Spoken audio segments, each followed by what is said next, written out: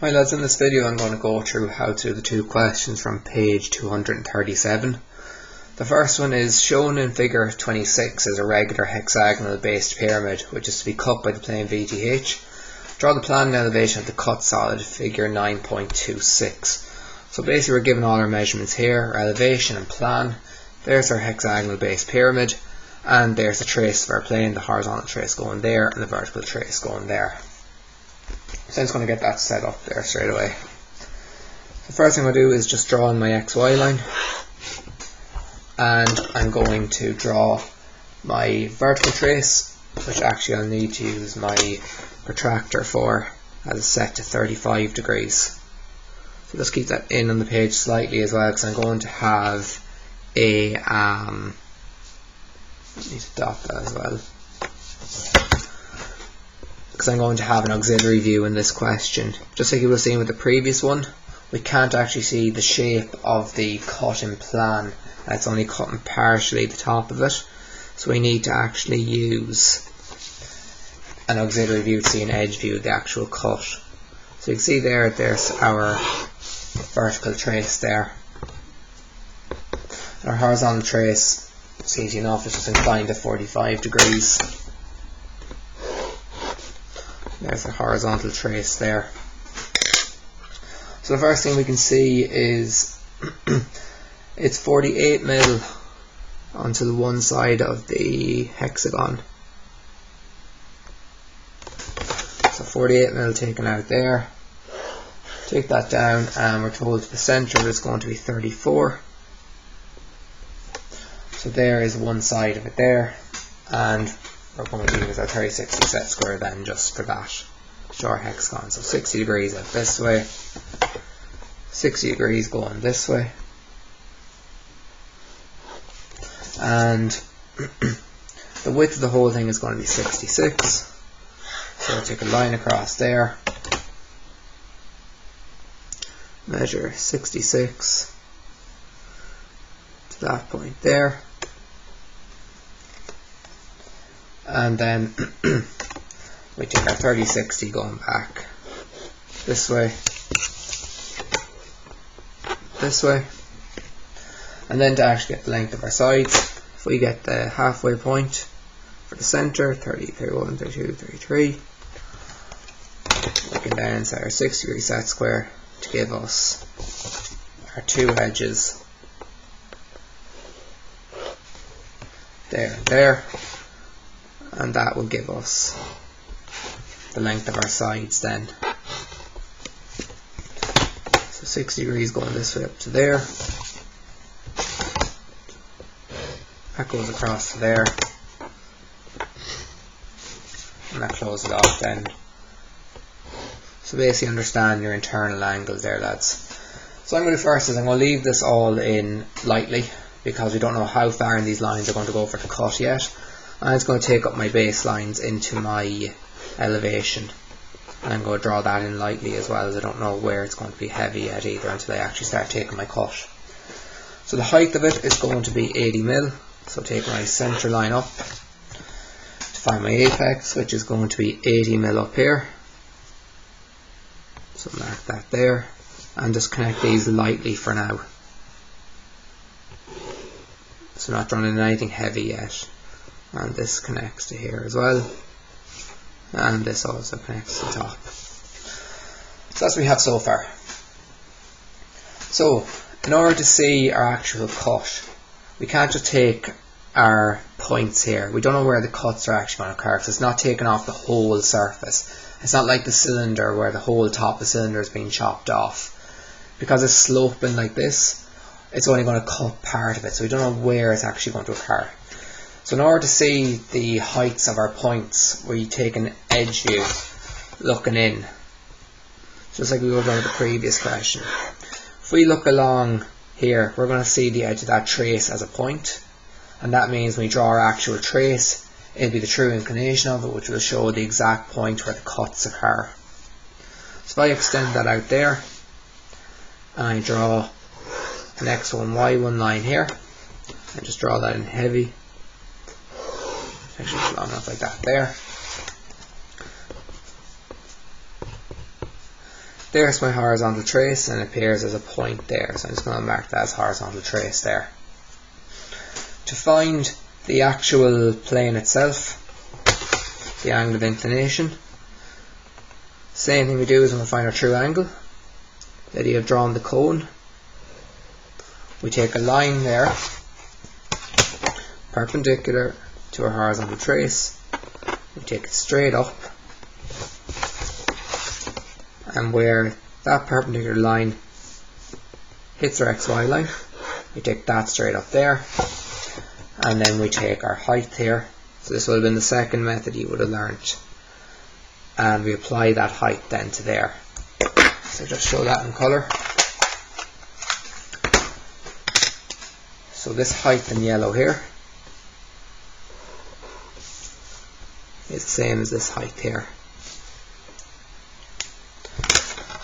And this is showing me the true inclination of the oblique plane.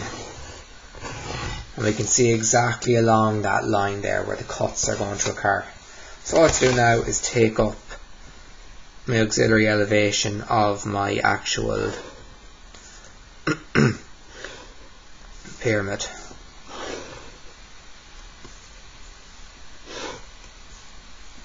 So take up all my points. There are all my points on the ground, and I'll do is I'll label them as well. So I'll go A, B, C, D, E and F. So F is here, E is there, there's A, B is here, C is here, and D is there.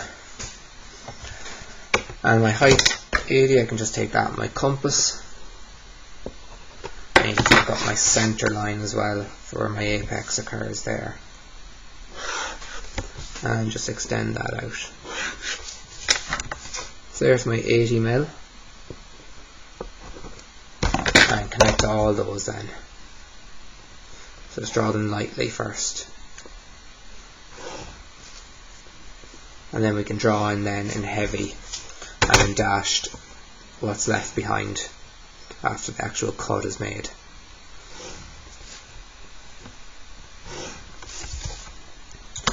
So when we look in this way, the only two edges we can't see are E and D.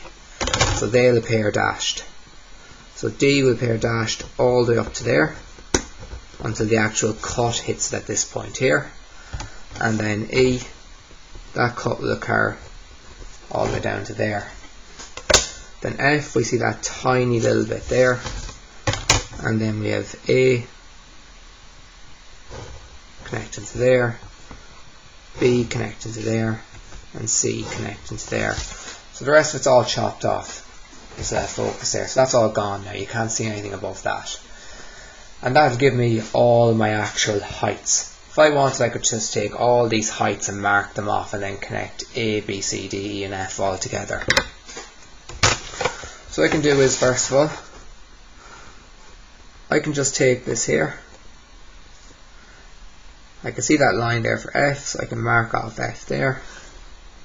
So there's where F cuts. E cuts there. A cuts there. Then D appears after that. D cuts there. B cuts there. And then C cuts there. So I can join all those together now. And that gives me my plan view of what my cut actually looks like.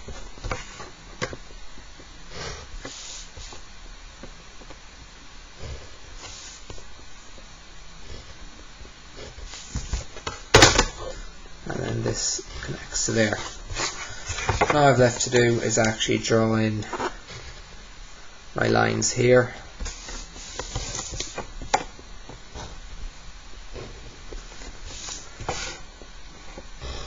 So all my edges are drawn there now. And the last thing to do is take these up now into my actual elevation. So I'll start with A first. So I just follow these up. A and C are on the same line.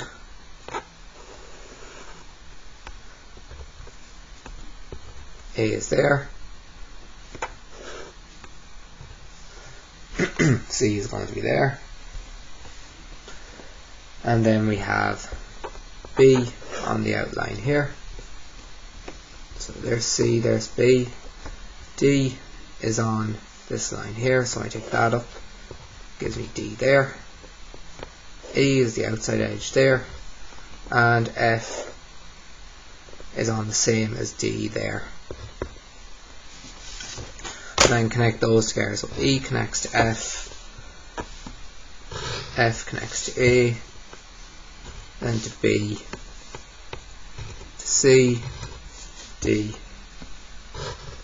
And then E there. And then I just connect those all together then. So I can see A in the front there. That's going to be a dashed line there behind it.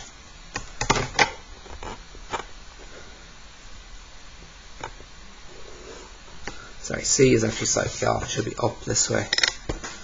Marked on the wrong point. So C should actually be going up to there, not down below it.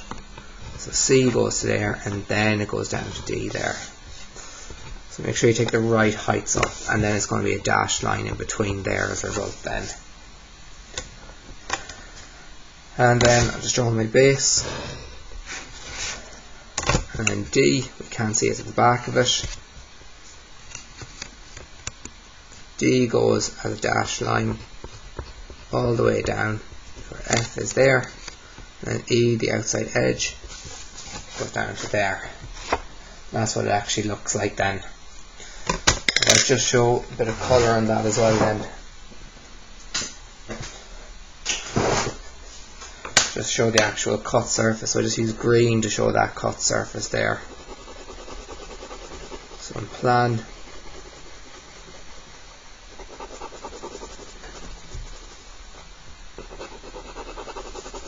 so that cut surface in plan is basically all of this line here.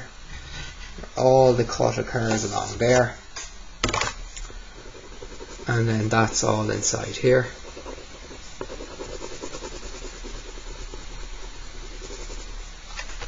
And just showing red,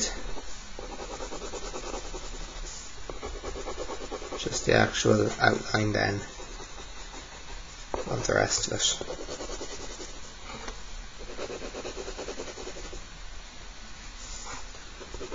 And that's all of this surface here, here, here, and then just out here as I'll just draw it in.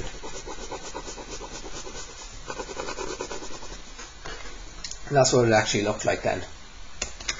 That would complete the actual question. You could also, for example, take your height from here. Because it's an auxiliary elevation, the heights won't change. You could take a height, for example, there and mark it off. Give the exact same idea. Just the main thing you need is to use the actual auxiliary view to actually solve the question. Because it's all sloped, you can't actually see where the cut is going to occur. So what you need to do is you need to actually take the auxiliary, see the edge view. You can see exactly where the points hit, where the cut occurs, and then you can take it back. So if you just use the SOLIDWORKS model again that I would create for previous questions, it's the exact same idea again. It will give you an idea of what it looks like in 3D. And hopefully that video helped with that question there. So just pause it just for 1 sec so I can actually put on a new page to do the next question. So for the next question, it shows it here. So shown in figure 9.28 is the plan and elevation of a cone which is to be cut by the plane VTH. Draw the plan and elevation of the cut solid. So the difference this time is that the plane is actually cutting from this side, the right, as opposed to the previous questions where it was just cutting from the left. It's the exact same idea. Once again, we won't be able to see all of the cut surface being removed. If it was to remove the whole thing, we're just down to a base circle.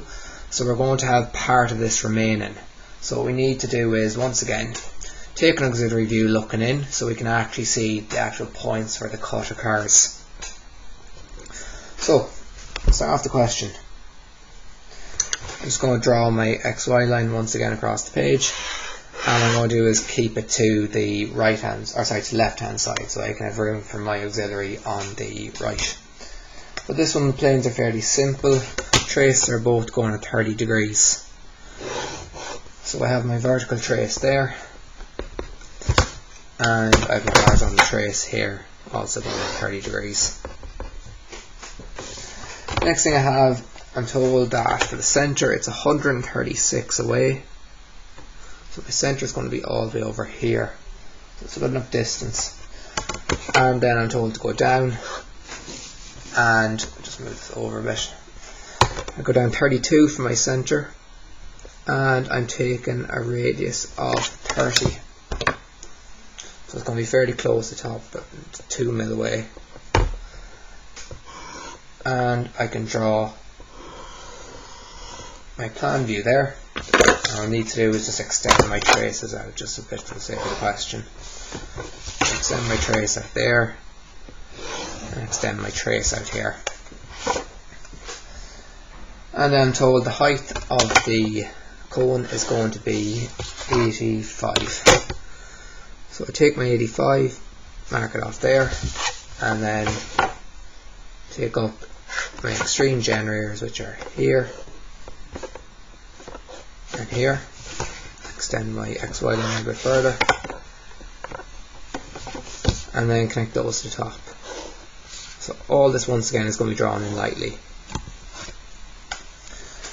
So I need to see an auxiliary view. Same idea again.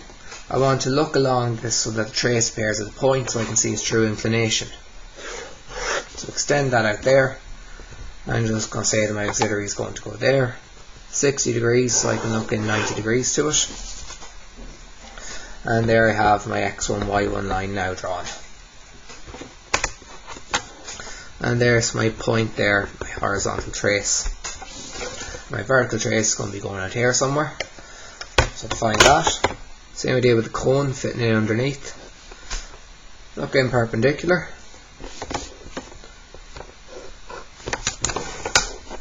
Take that line up, and just showing in colour once again, I'm going to take this height. So remember, that line can be anywhere. You could take it all the way out here if you wanted. Your height to be different, your point will still occur out here somewhere, and you get the same angle. Take that height, apply it to there, and there we have our vertical trace then. So our horizontal trace pairs a point. Because it pairs a point, we can see the true inclination. Sorry, you can't see that there. Vertical trace there, so you can see it. And we can see the true inclination of the plane there, which we'll see the true height for all of our cuts and where they actually occur. So for this question, because it's a cone, we'll actually divide up into a number of equal parts. So dividing up into 30, 60. So we can get 12 equally spaced points.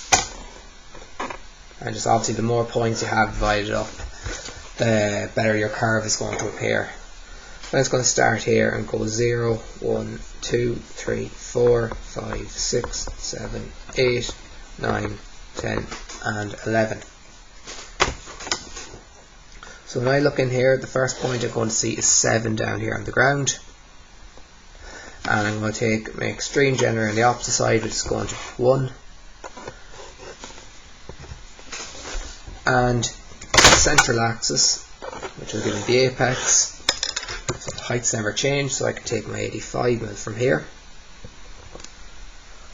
mark that there, connect those together, and now you can see where the cut actually occurs there. So that whole section there is going to be sliced off. And that's going to produce an elliptical curve then. So if we looked in perpendicular to that there, see a true shape of an ellipse. So I'm going to take up all my points and connect them up. So 7 is right on the ground, so I'm going to mark 7 there, where the height of it is. 8 and 6 are going to be on the same line. So I take 8 and 6 there, take them up at an angle. There's 8 and 6.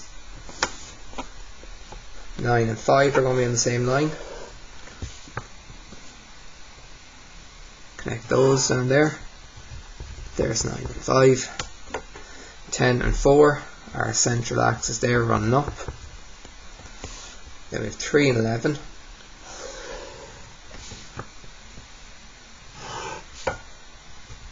3 and 11 there, and then 2 and 10, connect those up there. There's 2 and 10, and then the last one then is 1, and that gives you that height there. So we take them all back down now. So we take back the generator 1, and 1 is going to occur there. 2 and 10, is it? Yeah, 2 and 10. So 2, 10 occurs there. 2 occurs there. I'm going to skip 10 and 4, or sorry, not 10 and 4, 3 and 11, we'll do that next. So there's 11, and there's 3, and then we're going to have, sorry, 1 should be in here, went too far out, so 1 should be there, not that point out there, went too far, I took on the line 3, 11. So I'm going to skip 10 and 4, and I'm going to explain after why. So you can see 10 and 4, it's on this line here, so you can't actually see where it's actually going to hit yet.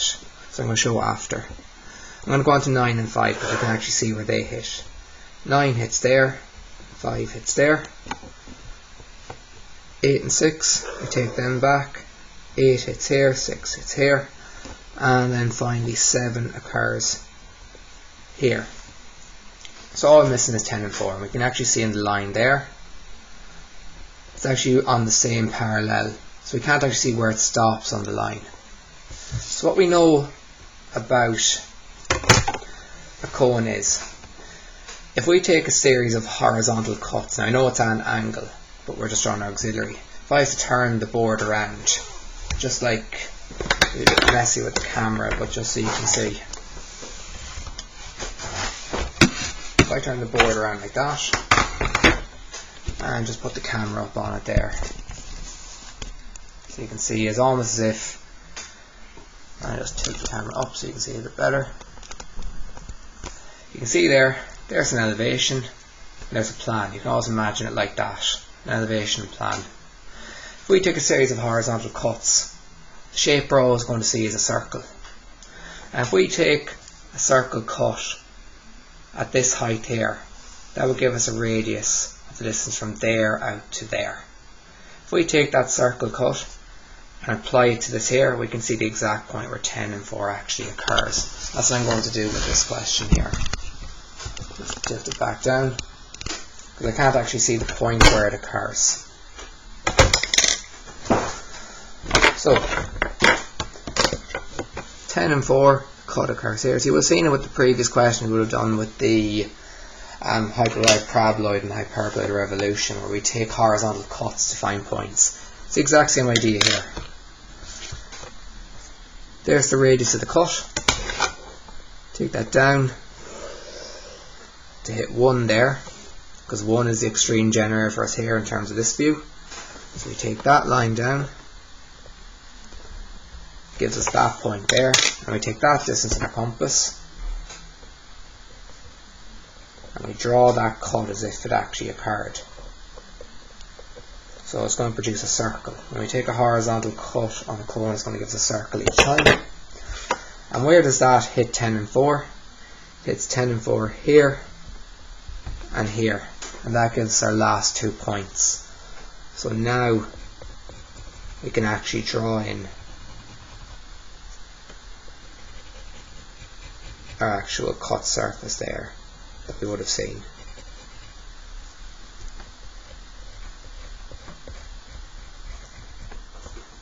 Let's put that in colour there for you. So this green cut here, that horizontal cut there along the cone, sorry, it should stop between there and there. That green cut there is this green cut here in circle. And where it actually hits 10 and 4 will give me the 2 more points then that I actually need. So that will be the most difficult part with that question that will catch people out. All we do then is draw up elevation. So we take all of our points up. So 9 hits there.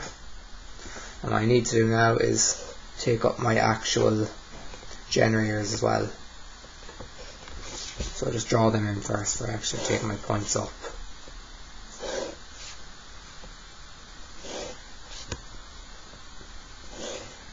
So once again, you could take the idea of just taking your actual heights and applying them. Because we have them all here, we can start taking them this way as well. So 9 I already have marked off there. 8 and so I'm going to go for an 8 next. So 8, take that up, and 8 will hit it just there. And we'll label that as 8. That's 7. Hits it there. So for 6 and 0, because they're on that straight line, we can take those heights there. So if I just find 6, should be the outside one here. So this actual height here, I'm just going to label that in yellow, or if you use yellow. I'll do it in this green colour here. So the actual height there, that green height there, I'll call it H.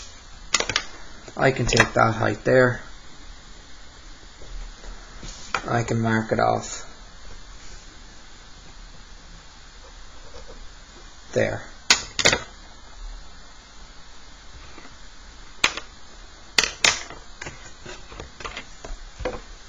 So it's 6 there, and then I have 5 is going to be this point here. Take that up and just where it is, 5 is there,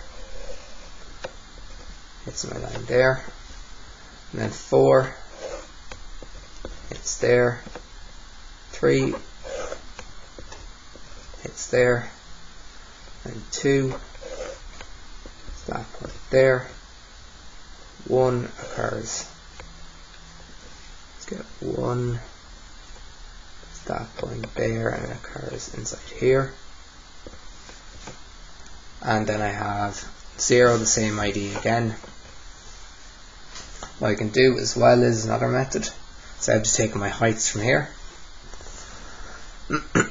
I can take 0 here, I can take a parallel to the trace, straight up, and across, and where it hits 0, it's going to give me that point there. And then finally 11 will occur there, 10 is this point here, and then finally brings me back out to 9. So this point here, what was that one again? That was 1. 1 should be just outside here, not down there. So 1 should be just there.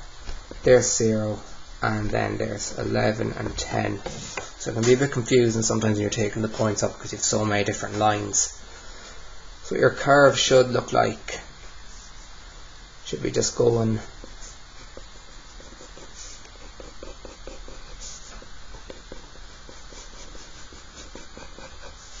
should be this short of a curved appearance here.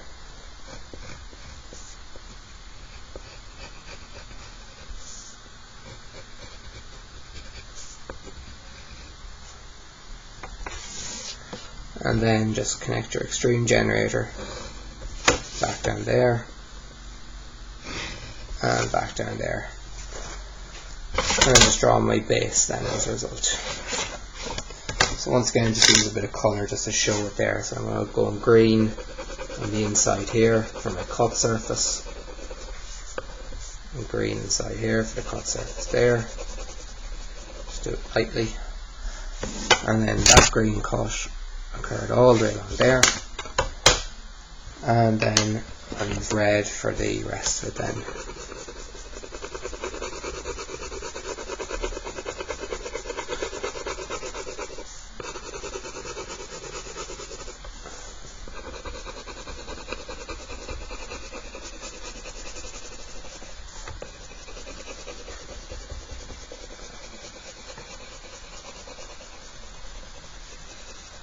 And that completes the question then.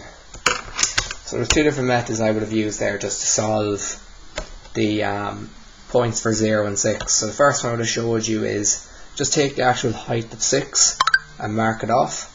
And the other one would have been, I hadn't drawn the colour, is what we've done all the time up to now. Taking our points up along our traces.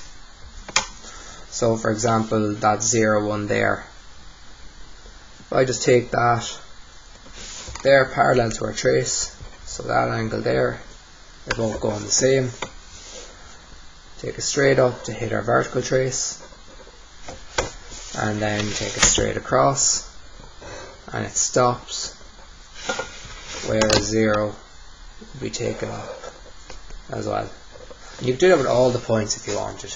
I just took them straight up because we already had our generators drawn, but if you didn't draw your generators, you could just take the same idea, take them up, across and over to where they hit them. It's the exact same idea each time. So hopefully that video helps anybody who may have been stuck on either of those two questions there.